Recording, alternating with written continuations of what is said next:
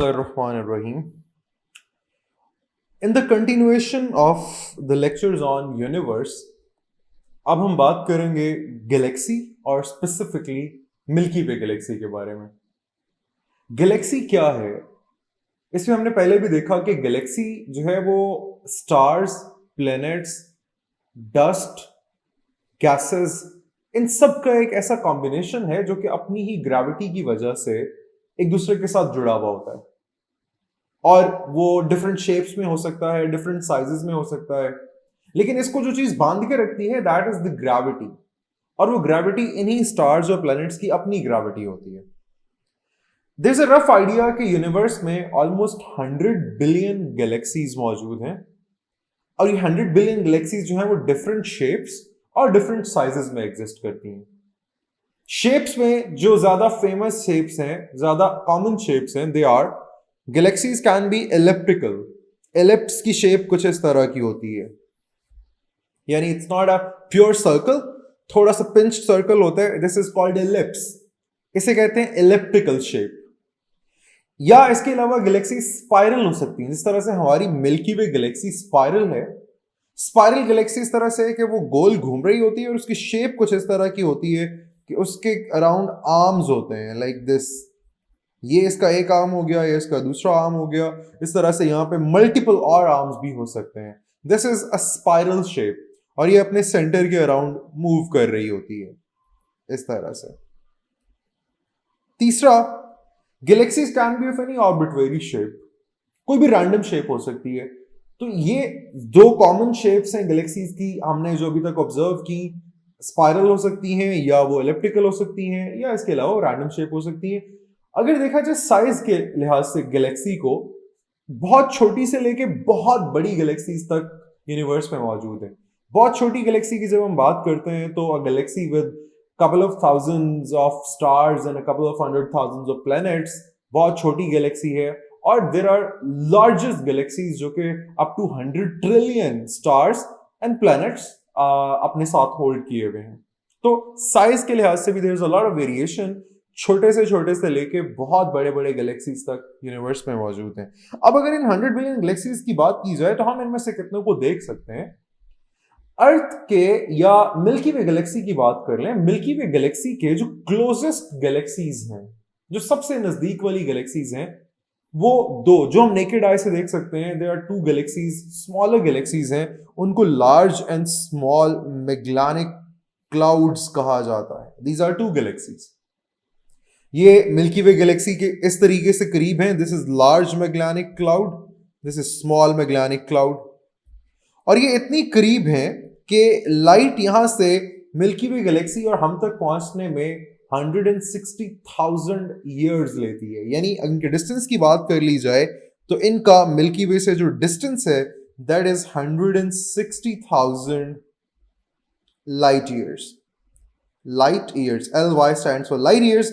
और light years में आपको पहले भी कई दफा बता चुका हूं लेक्चर्स के अंदर, light year is a unit of distance. ठीक है, कितना डिस्टेंस? जितना कि लाइट एक साल में ट्रैवल करती है। तो we can define it as the distance travelled by the light in 1 year is called light year. ये दो छोटी गैलेक्सीज जो कि अर्थ से बहुत ज्यादा करीब हैं, जो कि मिल्की वे से बहुत ज्यादा करीब हैं। इसके अलावा बड़ी गैलेक्सीज की बात कर ली जाए तो एक गैलेक्सी जो कि हमें आमतौर पे आसमान में विद नेकेड आई नजर आती है, अगर कभी आसमान क्लियर हो, बादल ना हो, डस्ट ना हो, किसी ऐसी जगह पे आप चले जाओ तो आपको बड़ी गैलेक्सीज में से भी एक गैलेक्सी विद नेकेड आई नजर आ जाती है, that is called Andromeda. Andromeda Galaxy जो है, this is one of the largest galaxies in the universe. और ये कितना दूर है मिल्की वे से? 2.5 मिलियन लाइट ईयर्स। यानी अगर आप बात करो स्मॉल एंड लार्ज मैग्लानिक क्लाउड्स की, वो सिर्फ 160,000 लाइट ईयर्स था, लेकिन जो एंड्रोमेडा है ये मिल्की वे से 2.5 मिलियन लाइट ईयर्स दूर है। ये बहुत बड़ी है, लेकिन इतना दूर होने की वजह से हमें ये बहुत छोटी और समटाइम बहुत मध्यम सी दिखाई देती है, क्योंकि लाइट वहां से यहां पहुंचने में 2.5 मिलियन ईयर्स लेती है और इतना कम लाइट वहां पे पहुंच पाती है कि वो एक बहुत weak sensation of vision produce कर पाती है।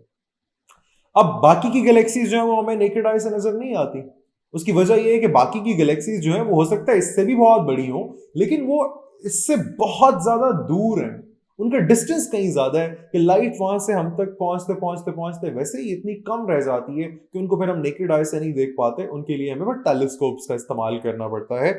इस तरीके से आपके पास गैलेक्सीज जो आपको नेकेड आई से नजर आ जाती हैं जमीन के ऊपर, वो सिर्फ ये तीन है, large and small Magellanic clouds and Andromeda. अब अगर बात कर ली जाए मिल्की वे गैलेक्सी के बारे में, by the way this is a picture for Andromeda. Andromeda Galaxy की जो पिक्चर ली गई है from the milky way Galaxy, from obviously हम मिल्की वे गैलेक्सी से बाहर नहीं जा सकते, इतनी बड़ी गैलेक्सी है ये, इसके अंदर 200 to 400 बिलियन स्टार्स मौजूद हैं इस मिल्की वे गैलेक्सी के अंदर। सो हम कभी भी मिल्की वे गैलेक्सी से बाहर नहीं जा सकते। तो जो पिक्चर आप इसके अंदर से ले रहे होते हो इसकी अपनी और दूसरी गैलेक्सीज की, उनमें से this is one of the pictures of Andromeda, ये इस तरह से आपको नजर आती है। अब बात हो जाए मिल्की वे गैलेक्सी की, दिस इज द गैलेक्सी जहां पे हम रहते हैं। हमारा सोलर सिस्टम, हमारा सन, हमारी प्लेनेट अर्थ जिस गैलेक्सी का पार्ट है that is called milky way Galaxy. अब सबसे पहला सवाल ये पैदा होता है कि why is it called a milky way? Milky comes from milk. Milk क्यों कहा जाता है? Milk has a white colour, और आप जब आसमान में देखते हो तो मिल्की वे गैलेक्सी की आपको शेप कुछ इस तरह से नजर आती है। There is this band of stars जो कि व्हाइट कलर में नजर आता है, द कलर ऑफ मिल्क। इसके इस व्हाइट कलर की वजह से इसको मिल्की वे गैलेक्सी का नाम दिया जाता है। This is the only reason. You can be asked that why milky way galaxy is called milky way galaxy, तो आप बताओगे this is called milky way galaxy because we see a milk like white colored band of stars in the sky, जिसकी वजह से इसको milky वे का नाम दिया जाता है। अब मिल्की वे गैलेक्सी के अंदर हमारा जो सन है, by the way this Galaxy is spiral. Spiral in nature होने का मतलब ये है कि ये इस तरीके से अपने सेंटर के अराउंड मूव कर रही होगी, दिस इज इट सेंटर, और इसके बहुत सारे आर्म्स होंगे। आपको यहाँ पे कुछ बड़े आर्म्स भी नजर आएंगे लाइक दिस, इस तरीके से ये कुछ बड़े आर्म्स भी हैं और इसके अंदर कुछ छोटे आर्म्स भी हैं। मिल्की वे के आर्म्स की अगर बात की जाए, इसके जो मेजर 4 आर्म्स हैं उनमें हमारे पास, नोट कर लीजिएगा, we have Perseus arm, we have Sagittarius arm, we have Centaurus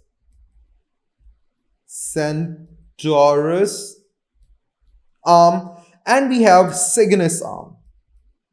These are the major 4 arms of the Milky Way galaxy. लेकिन हमारा सोलर सिस्टम इन चारों आर्म्स में से कहीं पे भी एग्जिस्ट नहीं करता। फॉर एग्जाम्पल ये जो आपको बड़े बड़े आर्म्स नजर आ रहे हैं यहाँ पे, हम इनके बारे में बात कर रहे हैं। these 4 major arms। हमारा जो सन है या हमारा जो सोलर सिस्टम है वो एक माइनर आर्म में और बहुत दूर वाले आर्म में, nowhere near the centre of the gravity, बहुत दूर वाले आर्म में एग्जिस्ट करता है, and that arm is called Orion arm.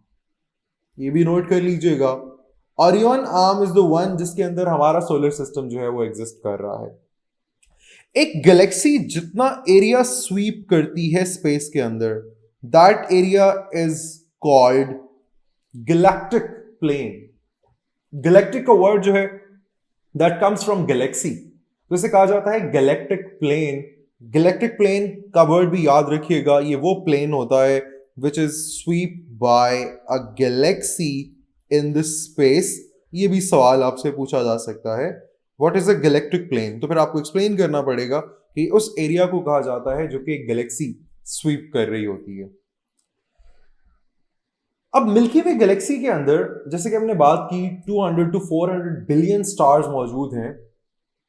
हम कभी भी इससे बाहर जाके इसकी पिक्चर नहीं ले सकते। हमेशा आसमान में आप रात को जब देखते हो तो आपको जितना कुछ भी नजर आता है, जितने स्टार्स भी आपको नजर आते हैं, ये सब के सब most of them are the part of the milky way galaxy alone. बाकी आपको गैलेक्सीज जिस तरह से हमने बात की, large and small Magellanic clouds और एंड्रोमेडा जिस तरह से हल्की हल्की नजर आ जाती हैं, लेकिन जो मेजर पोर्शन 99.9% आपको रात को आसमान में जो चीजें नजर आती हैं, स्पेस में जो चीजें आप देख पाते हो, they are the part of the milky way galaxy alone. और मिल्की वे गैलेक्सी अलोन इतनी बड़ी है कि हम कभी भी इसके बाहर जाके इसकी एज अ होल पिक्चर नहीं ले सकते। सवाल फिर ये पैदा होता है कि हम जब इसे कहते हैं this is a spiral Galaxy, तो फिर हमें कैसे पता है कि ये स्पाइरल है? हमें कैसे पता है कि ये एक डिस्क की शेप में यूं गोल गोल घूम रही है? जिस तरह से अभी हमने यहाँ पे देखा, it is moving just like this. आप अगर इसे गौर से देखो तो it is just like a disc shape. ये बिल्कुल एक डिस्क की तरह, आपने डिस्क की सीडी देखी हुई होगी, बिल्कुल उस तरह की फ्लैट है और अपने सेंटर के अराउंड मूव कर रही है, एंड इट हैज आर्म्स। तो ये एक स्पाइरल डिस्क की शेप में है, तो हमें पता कैसे चलता है कि ये स्पाइरल डिस्क की शेप में मौजूद है? बार्ड स्पाइरल का मतलब होता है बार्ड हैविंग हैंड्स, इस तरह आर्म्स आर्म्स। बार्ड का मतलब होता है हैविंग आर्म। जिस तरह से अभी मैंने आपको ये पिक्चर दिखाई जहां पे ये वाले आर्म्स मौजूद हैं, तो ये आर्म्स जिस गैलेक्सी के पास होते हैं हम उसे कहते हैं this is a bird Galaxy. और स्पाइरल होने के लिए इसका जो सेंटर होता है यहाँ पे कॉन्सेंट्रेशन ज्यादा होनी चाहिए, और वो दूर दूर घूमते हुए जब आप जाते हो तो आहिस्ता आहिस्ता कॉन्सेंट्रेशन उसकी कम होती जाती है। तो कहते हैं कि हमें क्योंकि इसकी ओवरऑल पिक्चर तो नहीं मिल सकती, तो फिर हमें कैसे पता चलता है? Because there are several clues about that. और ये कौन से क्लूज हैं? क्लूज कुछ इस तरह के हैं आपके पास कि आप जब आसमान में देखते हो तो वो आपको जो बैंड ऑफ स्टार्स नजर आता है, बेसिकली वो कहीं से चलता हुआ आ रहा है, और वो बैंड ऑफ स्टार्स जो है it's part of a bigger structure.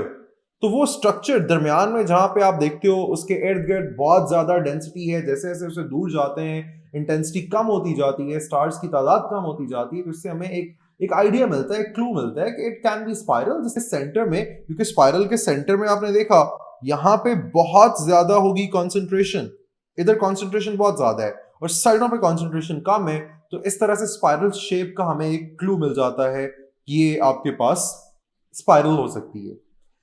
It is very difficult to count the total number of stars in the milky way from our position inside the galaxy, क्योंकि बहुत सारे ऐसे हैं जो कि हम देख ही नहीं सकते, पता नहीं कहां कहां पे मौजूद है और ये कहां तक स्ट्रेच्ड है। और बेस्ट एस्टिमेट, अगर आप बेस्ट एस्टिमेट भी लगाते हो तो उनके मुताबिक अप्रॉक्सीमेटली 100 बिलियन या 200 बिलियन स्टार्स, सम से 200 टू 400 बिलियन स्टार्स इसके अंदर मौजूद हैं। अब अगर इसकी कुछ फिजिकल प्रॉपर्टीज की बात कर ली जाए तो डायामीटर ऑफ द गैलेक्सी जो है, डायामीटर आपको पता है क्या होता है? डायामीटर जो है दिस इज यहां से लेके यहां तक, ये जो पूरा फैला हुआ है इधर से लेके एक एंड से लेके दूसरे एंड तक, सर्कल का डायमीटर क्या होता है? ये वाला distance, this is 100,000 light years. So ये इंफॉर्मेशन नोट करने वाली है, मल्टीपल चॉइस क्वेश्चंस में आपसे पूछी जा सकती है कि ऑलमोस्ट हमारी जो मिल्की वे गैलेक्सी है उसका डायमीटर 100,000 लाइट ईयर्स है। Our solar system is about 25,000 light years away from the centre of the galaxy. क्योंकि हमारा सोलर सिस्टम जो है वो किसी भी मेजर आर्म का पार्ट नहीं है, वो बहुत दूर वाले एक छोटे माइनर आर्म का ओरियन का पार्ट है। दैट्स व्हाई ये 25,000 लाइट ईयर्स अवे है from the centre of the Galaxy. तो आप ये सोचो कि हम जहां पे मौजूद हैं, ये यहां तक सेंटर ऑफ द गैलेक्सी से लाइट पहुंचने में 25,000 साल लगते हैं। और गैलेक्सी इतनी बड़ी है कि हमारे सोलर सिस्टम का जो सन है that takes 250 million years to revolve around the center of the galaxy। जिस तरह से जमीन जो है वो सूरज के गिर्द घूमने में 365 डेज लेती है, this is 1 year of the earth, कि सूरज के गिर्द पूरा एक चक्कर लगाने में वो 365 डेज लेती है। इसी तरह से गैलेक्सी इतनी बड़ी है मिल्की वे गैलेक्सी कि हमारा जो सूरज है sun, that takes almost 250 million years to revolve around the center of our galaxy। और